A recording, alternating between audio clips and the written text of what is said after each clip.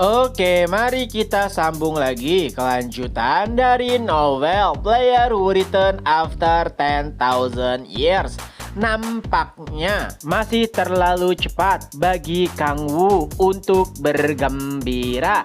Kekuatan iblis yang awalnya mulai tertekan kini kembali muncul. Kang Wu harus berusaha lebih keras lagi agar Kim Si-hyun benar-benar terlepas dari energi iblis yang hampir menguasai tubuhnya. Barok bahkan harus terus memprovokasi Kim Si-hyun agar ia merasa jijik kepada tubuhnya dan berusaha untuk kembali menekan energi iblis yang hampir saja melahapnya. Hingga beberapa saat setelahnya akhirnya energi iblis pun perlahan benar-benar menghilang dan aura Kim Si-hyun pun berubah menjadi warna biru. Saat itu notifikasi pun terlihat di jendela informasi Kang Wu yang menyatakan asimilasi dengan dewa bela diri telah mencapai 51,2%. Semua syarat untuk transformasi telah dipenuhi, memulai rekonstruksi tubuh, dan Anda berhasil menguasai teknik unik yaitu kontrol pedang. Setelah membaca seluruh notifikasi tersebut, akhirnya Kang Wu bisa tersenyum lebar.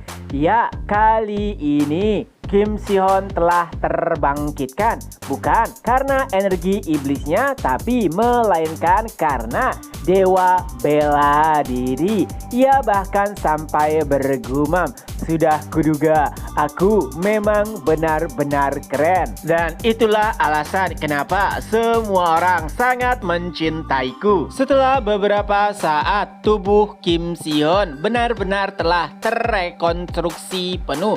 Beberapa cairan hitam juga keluar dari celah-celah porinya.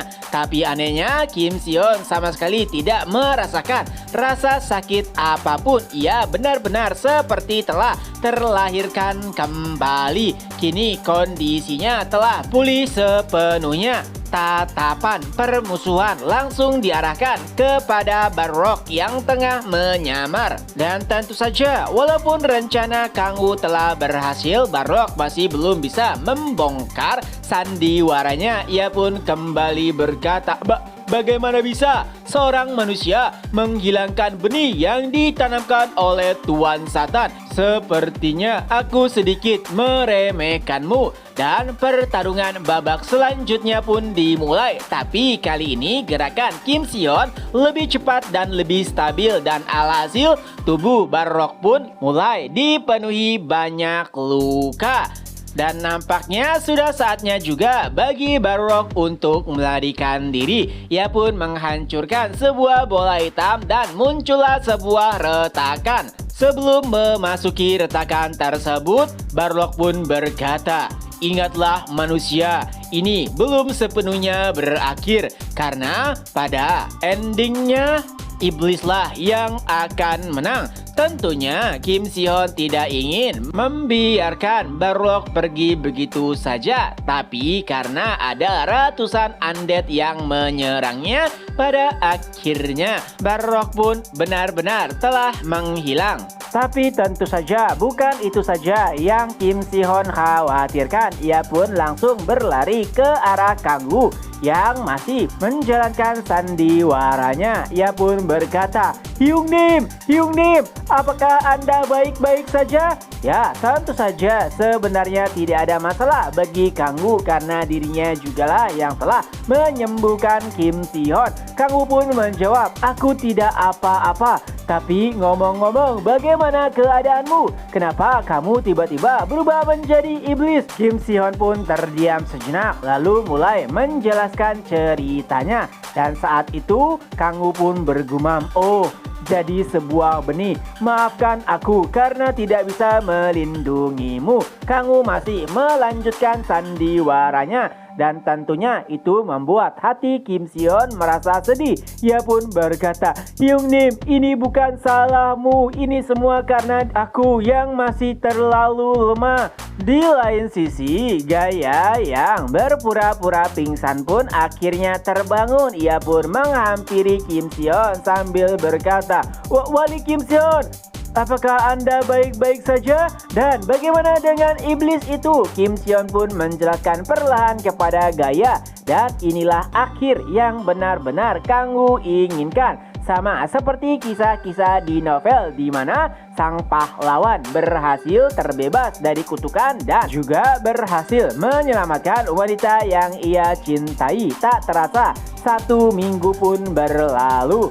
Terjadi perbincangan antara Kang Woo dengan Barok, di mana nampaknya Barok sedikit terpesona dengan kebangkitan Kim Seon. Siapa sangka ia bisa bertambah kuat hanya dalam waktu singkat. Dan pastinya adalah yang lebih mengesankan yaitu rajanya yang bisa mengumpulkan dan mengendalikan orang-orang kuat. Mendengar hal tersebut, Kang Woo pun berkata, "Kenapa?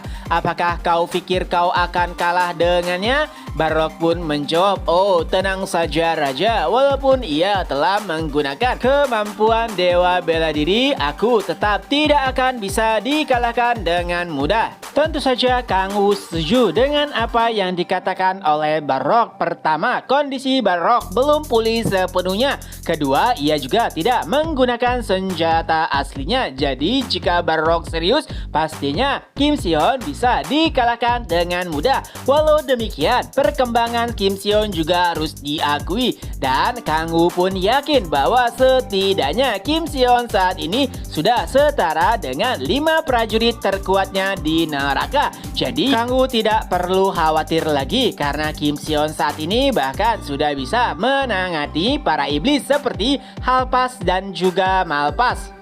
Tapi yang terpenting dari itu semua adalah Kang Woo sedikit khawatir dengan perkembangan para player di seluruh dunia. Bentrokan dengan alam iblis ataupun dunia lain mungkin akan segera terjadi.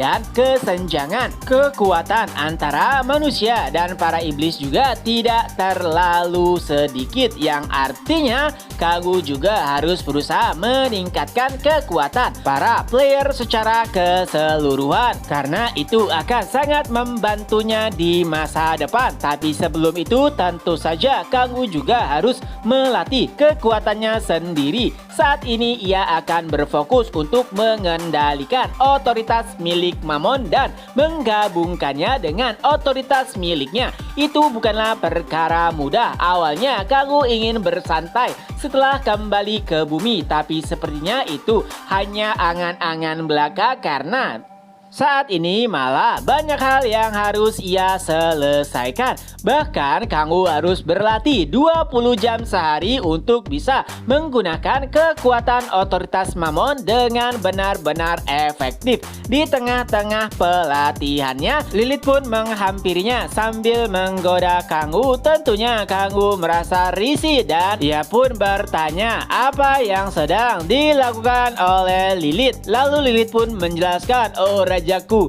aku menemuimu karena mendapatkan informasi mending setelah bentrokan antara kultus iblis dengan pasukan Lucifer. Nampaknya ada seorang penyintas dan ia meminta perlindungan dari Guardian." Tentunya itu adalah informasi yang mengejutkan. Bagaimana bisa anggota iblis meminta bantuan kepada Guardian? Lalu Lilith kembali menjelaskan, tidak, ia berkata bukan berasal dari kultus iblis, melainkan ia adalah player yang dipaksa bekerja seperti budak oleh orang-orang di kultus iblis. Ia menyatakan bahwa dirinya adalah seorang penyihir yang berasal dari menara sihir, dan chapter pun berakhir. Nah, itulah kelanjutan dari novel Player Who Return After 10,000 Years. Semoga terhibur. Ketemu lagi di next video. Bye bye.